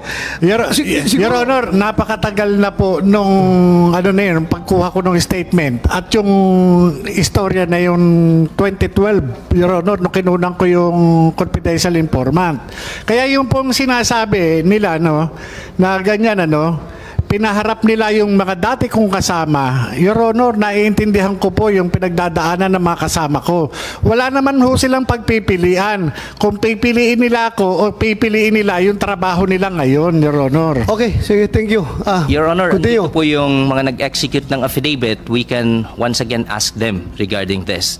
Kasi wala naman pong ibang sasabihin si Mr. Jonathan Morales na kasama niya kung hindi po yung mga naka-assign doon sa Intelligence and Investigation Service. And then, one thing, Your Honor, if I may continue, dito po sa ating pre-operation report, ang nakalagay po dyan na unit is Unit 4-C. Yun po yung address sa Rockwell, Unit 4-C. At kinonfirm po ito ni Mr. Morales during the first hearing. At ito po yung lumalabas sa social media for the past 2 months na nakikita po ng lahat, nakikita po yung address for DASI po ito. At ito po kinonfirm niya for several times. Inamin naman rin niya na clerical error yun. 46 DASI talaga yung unit ni Marcel Soriano kasi nakalagay din doon sa ibang papel niya 46 DASI, di ba? Yes po, sir. So ano mangyayari naman yan sa atin yan yung mga nagkakamali tayo sa ating mga papeles? Mas importante na confirm natin na mayroong 46 DASI sa Rockwell na pinagmamay-ari ni Marcel Soriano na inamin mismo ni Soriano when he testified before this committee. Diba? Your Honor, ang point lang po namin is sobrang magkaiba po yung Unit 4-C sa Unit 46C. Yung nga, inamin nga niya, nagkamali daw siya, kaya 46-C yun ang totoo. Tinanong ko siya kung saan ang totoo, 4-C or 46-C. Kasi mayroon din siya papel dyan na 46-C. Nakita mo? May papel siya dyan na 46-C. So, kinuprunta ko siya, saan itong dalawa ang totoo. Sinabi niya 46-C. So, let's leave it at that. Thank you. Please Thank continue. You, Your Honor. Please, next slide. Yung ating pong pre-operation report and authority to operate, they do not exist in the PIDEA Regional Office, National Capital Region, Records of Operational Coordination Reports. Makikita po natin dyan na yung March 10 and March 12, 2012, meron pong naging coordination. March 10, ang serial number po ay nagtatapos sa 22, yung March 12 naman po ay nagtatapos sa 23, indicating na wala pong other coordination nangyari in between the March 10 and March 12. Yung March 10 pong binabanggit dyan, hindi po yan yung tungkol doon sa pumuntang confidential informant kay Mr. Jonathan Morales. Gusto ko pong i-reiterate na ito pong papel na to magpapatunay na wala pong anumang nai-report sa regional office ng National Capital Region pertaining doon po sa pumuntang confidential informant. At hindi po ito madadaya dahil serialized po yung control number. Magkasunod po yan, wala pong in-between na nangyari and wala pong other coordination. Kailangan ba talagang ipaparating mo doon sa regional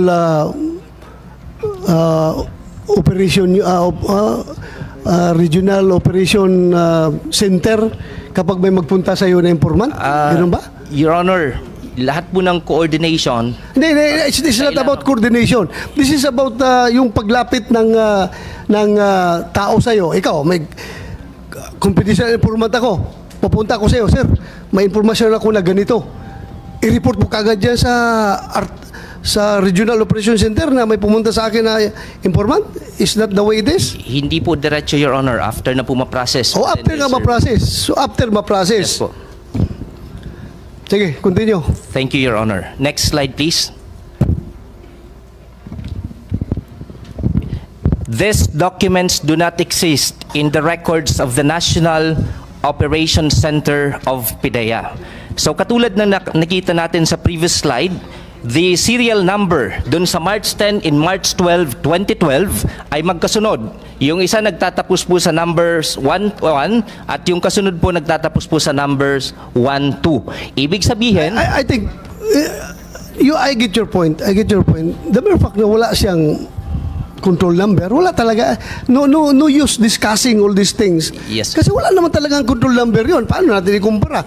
Walang control number dahil na-disapprove, hindi natuloy yung operation, di ba? Yes, Your Honor. So, Just to there's prove, no Your choice, there's no use discussing this. Dahil, to start with, yung papel na pinapakalat sa social media, wala talagang control number. yeah, I'm just presenting this, Your Honor, just to prove that these documents ay hindi po talaga naging official documents of PIDEA. Ay, hindi naman talaga. Naniwala ako sa inyo na hindi talaga. Thank you, Your Honor. Naniwala ako. No need of explaining it. Kayo lahat nagsasabi sa akin na hindi official document yan. Wala, naniwala ako. Hindi mo talaga makita yan doon. Saan mo makita yan? Hindi mo makita yan. Kahit na anong hanap ninyo. Thank you, Your Honor. Pero, siguro naman, kayo lahat mag-agree sa akin na yung soft copy na yan, meron talaga yung papel na existing na hard copy na kinopyahan ng Xerox. Ha?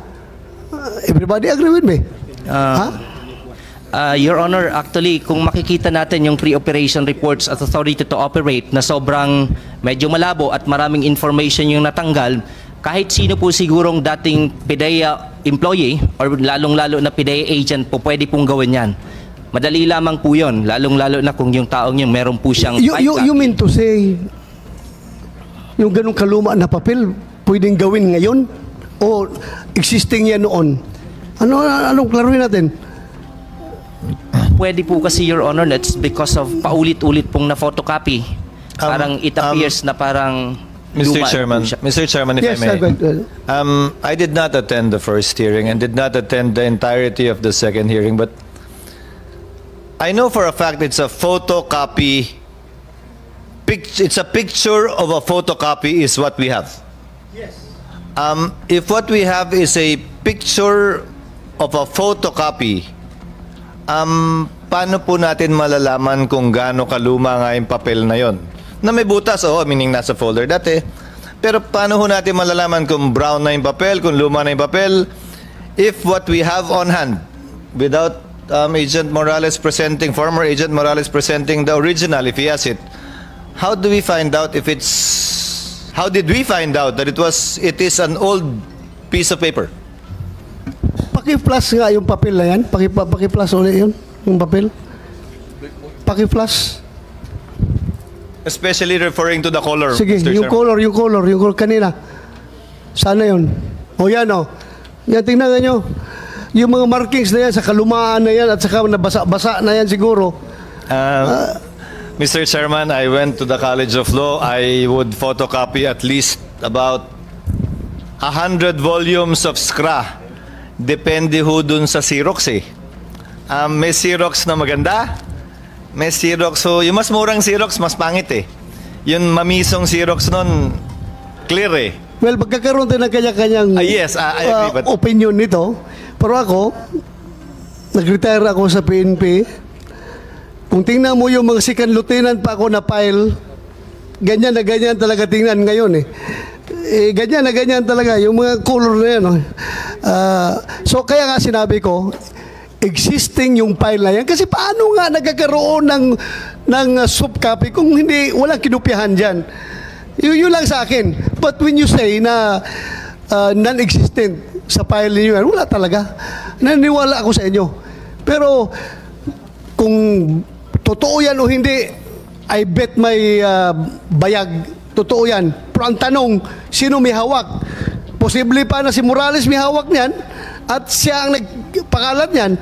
To be frank about it, isa yan sa mga pagdududa na iniisip ko, Jonathan Morales, na yes, Your pwedeng Honor, ikaw. Your Honor, Mr. Chairman, kaya lang ako, napunta rito as resource person dahil nga nung sumulat ako sa kanila, sinabi ko na wala akong kinalaman dyan sa nilabas ng vlogger kasi kinontak lang din sir ako ng kasama ko sa PIDEA. Kaya ko lang din nalaman. Yung nga problema, hindi pa pinakita yung pangalan mo dyan, hindi pa nakita yung signature mo, sumulat ka agad sa PDEA na claiming Yes, sir. ikaw Dahil ang nga, gumawa. Ikaw ang nakita ko, gumawa. yes, sir, Oh. Your Honor. Dahil tanda ko naman talaga na ako talaga yung nag-imbestiga doon sa confidential informant. Alam nila yan, sir. Alam nila. Dinideny lang nila ngayon. Anyway.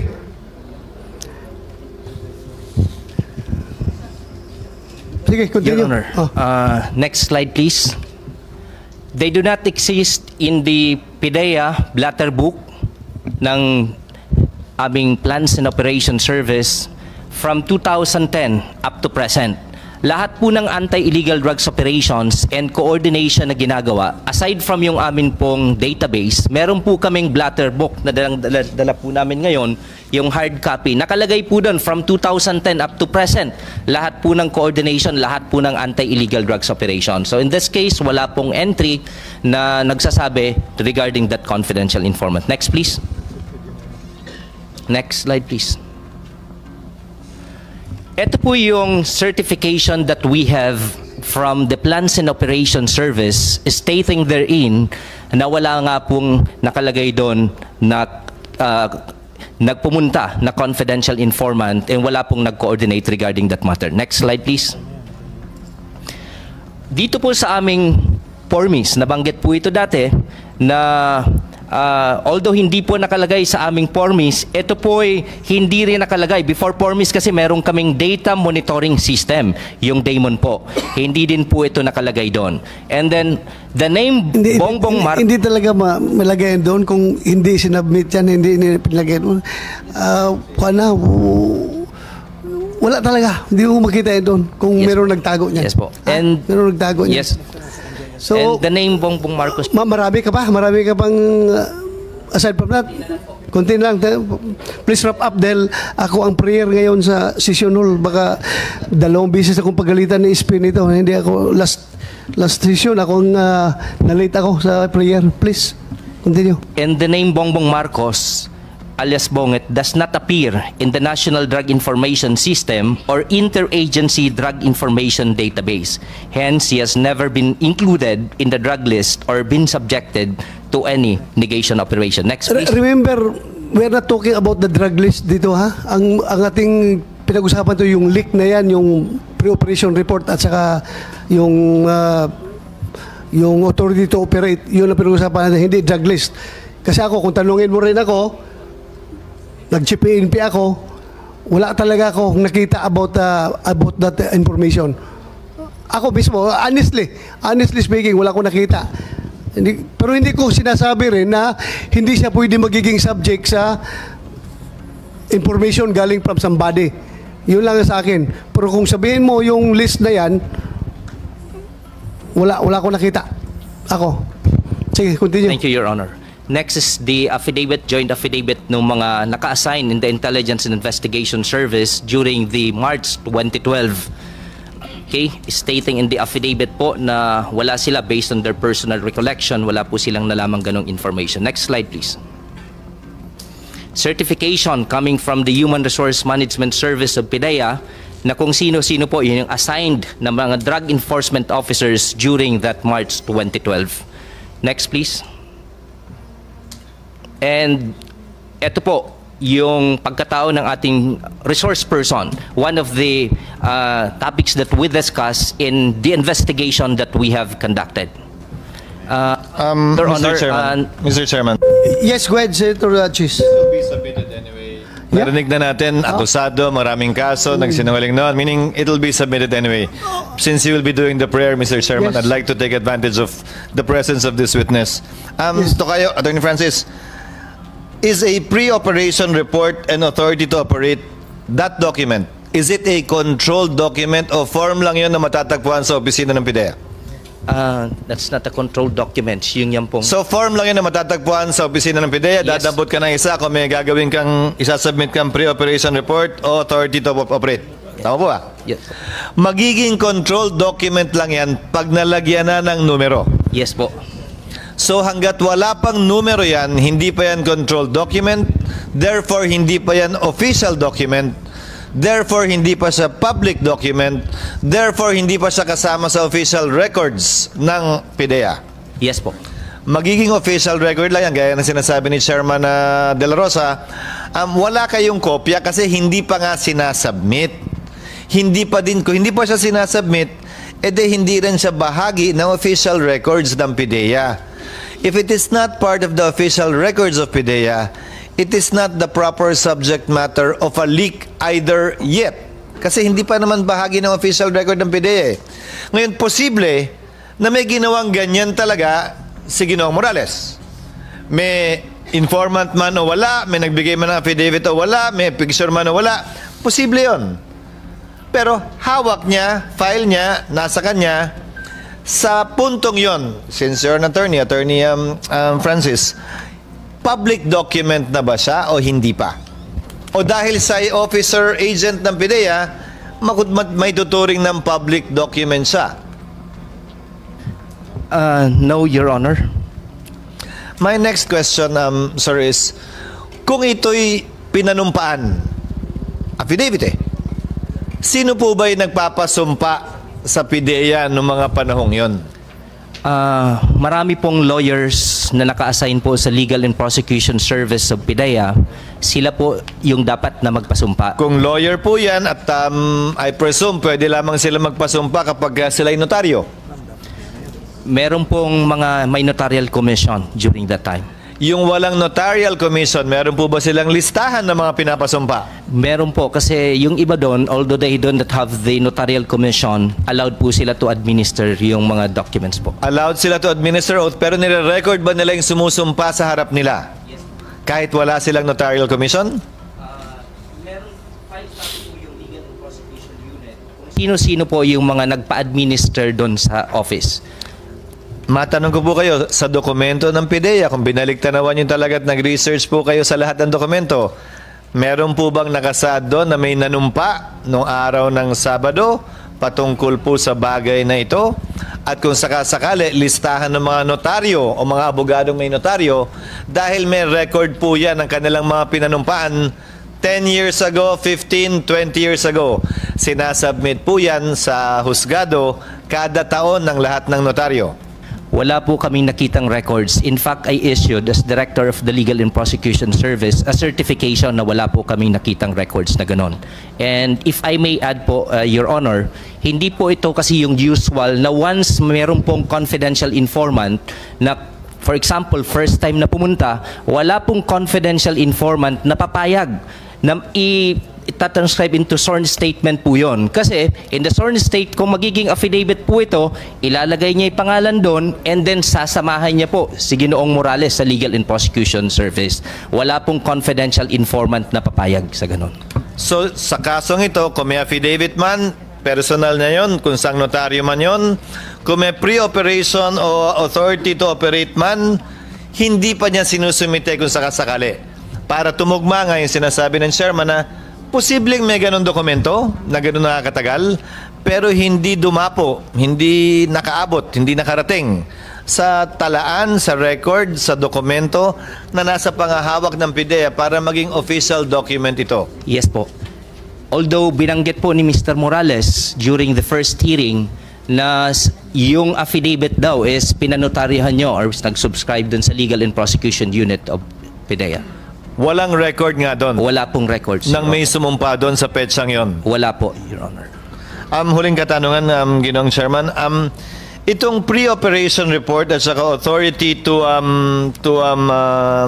operate, kapag ka ito'y nalagyan na ng control number, dadaan na po yan sa proseso at kailangan ng pagpasahan ng mga opisyal. Tutuloy ba to? Wag itutuloy ito? Etc. etc. Tama po ba yan? Tama po. So ito'y kumbaga application lamang ito. Opo. Pag sinumite, doon palang gugulong yung bola, ika nga. Opo. Hanggat hindi sinusumite, hindi gugulong ang bola. Opo, tama. At walang kailangan pagpasahan sino man sa hierarchy ng PIDEA. Tama. Mula sa kanyang immediate hanggang sa pinakamataas na opisyal ng PIDEA. Tama po. Thank you, Mr. Chairman. Thank you, Attorney, for that clarification. Thank you, Senator Chis. Mag-sisisyon na tayo. Ganito na lang. Meron pa tayong isang hearing. Sana makarating yung hindi pa nakarating dito.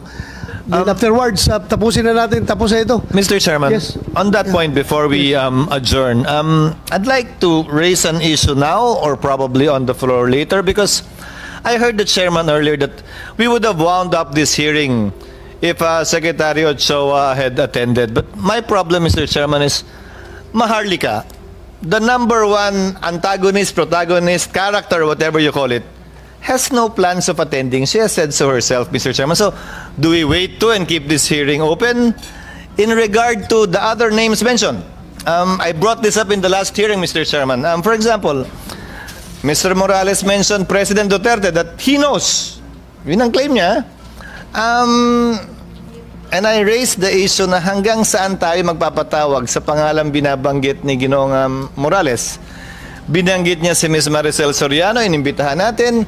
Binanggit si si General Kakdak, inimbitahan natin. Si General Serapio, inimbitahan natin. Gaya ng sinasabi ko, Mr. Chairman, at some point in time, we have to rein in kung hanggang saan lang. Kaya ng sabi nating Senate President earlier. And that is the reason, Mr. Chairman, why I think I've been in the Senate for quite some time. The reason why a motu proprio is usually done, isa. And by tradition in the Senate, I'll mention this on the floor later. By tradition in the Senate, a motu proprio hearing is conducted during recess. Kasi wala pong session, may nangyari. May nangyari, kailangan mag-hearing. Or hindi pa nare-refer. Na-file na yung resolution, hindi pa nare-refer, kaya kailangan mag-hearing. But in the past, a resolution was forthwith filed para in direction maliwanag. Hindi yung depende sa makulay po ang buhay ni Ginoong Morales. Marami po siyang karanasan at marami po siyang nakasalamuhang mga tao. At hindi ho ako magugulat na totoong nakasalamuhan niya, yung mga kilala at mga batikang mga pangalan sa ating kasaysayan. Pero mahirap naman po na kada pangalan babanggitin ay papatawag at magdedepende ang pagpapatuloy, di pagpapatuloy ng hearing sa pagdalo ng mga pangalang binabanggit niya, lalo na wala naman po siyang personal knowledge, meaning hindi po niya personal na nakasalamuha o narinig. Yung mga di umanong bagay na sinabi, kabilang na yung personal na away ni Ginoong Santiago at ni Ginoong Enriquez. Kung ano man po namamagitan sa kanila, nasa kanila na ho yun. Ayoko na hong pakialaman yun. Kung ano man po ang sama na loob ni General Santiago kanina kay Ginoong Enriquez na tila meron, nasa sa kanila na ho yun. Pero lumalabas pa rin po dito at obligado tayong pakinggan at pagbigyan. So at the proper time, Mr. Chairman, I hope we can discuss together with the other members of the committee, as the good Senate President has pointed out, because nothing, let me clarify, nothing prevents a hearing to be conducted based on a resolution specifically finding out sino nga ba ang mga adik, totoo ba yung sinasabi dun sa dokumento na sinasabi ni Ginoong Morales, etc., etc. Nothing prevents that from being done. Pwede po yan gawin mamaya o bukas, may pwede mag-privilege speech at yun po yung basyan ng pagdinig. Pero, base sa privilege speech, base sa resolution, yun po ang magiging limitasyon ng pagdinig. Dahil sa totoo lang, naiintindihan ko ating chairman dahil interesado naman ako mapakinggan din. May opening sa lahat ng sinasabi ng ating mga testigo.